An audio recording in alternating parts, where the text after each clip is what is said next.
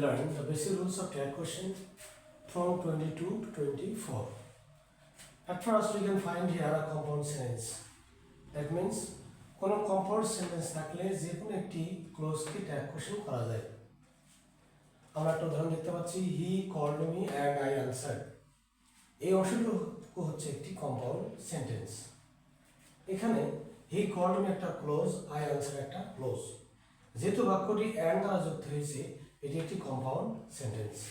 এক্ষেত্রে আমরা হি called me এটিকে অথবা আই আনসার্ড এই অংশটিকে ট্যাগ কোশ্চেন করতে পারবো। প্রথমে লক্ষ্য করি, হি কল্ড মি এই বাক্যে কল্ড পাস্ট টেন্স এবং বাক্যটা হ্যাবাদক, এখানে আমরা ডিটেন দিয়েছি। আর বাক্যটির সাবজেক্ট হিসেবে আমরা এখানে হি দিয়েছি। আর দ্বিতীয় অংশের দিকে লক্ষ্য করি, আই আনসার্ড, এখানে বাক্যটি এই ক্লোজটি হচ্ছে পাস্ট টেন্স, আর এক্ষেত্রে আমরা সাবজেক্ট হিসেবে আই দিয়েছি।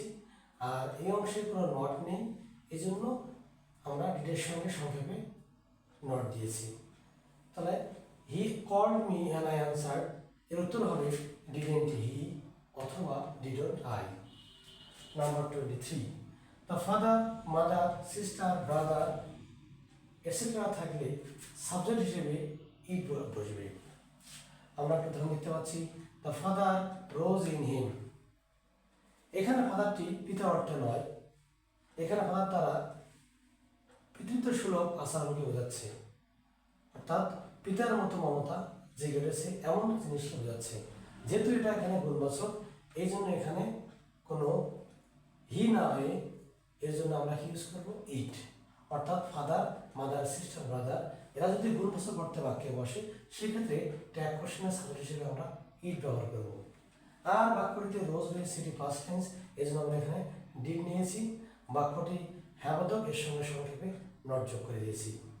বাক্যটি লক্ষ্য করি, দ্য ফাদার রোজ ইন হিম, এর আনসার হবে didn't it. Last rule 24, operative sentence থাকলে আমরা ট্যাগ কোশ্চেনে মেইন্ট লিখব। একটা এক্সাম্পল দেখতে পাচ্ছি, may you prosper in life. এই বাক্যে ভার্ব হিসেবে মে আসা, আমরা মে নিয়েছি, এখানে নট নেই, সংক্ষেপে নট যোগ করেছি এবং বাক্যটা সাবজেক্ট কি রয়েছে, এখানে আমরা ইউ দিয়েছি।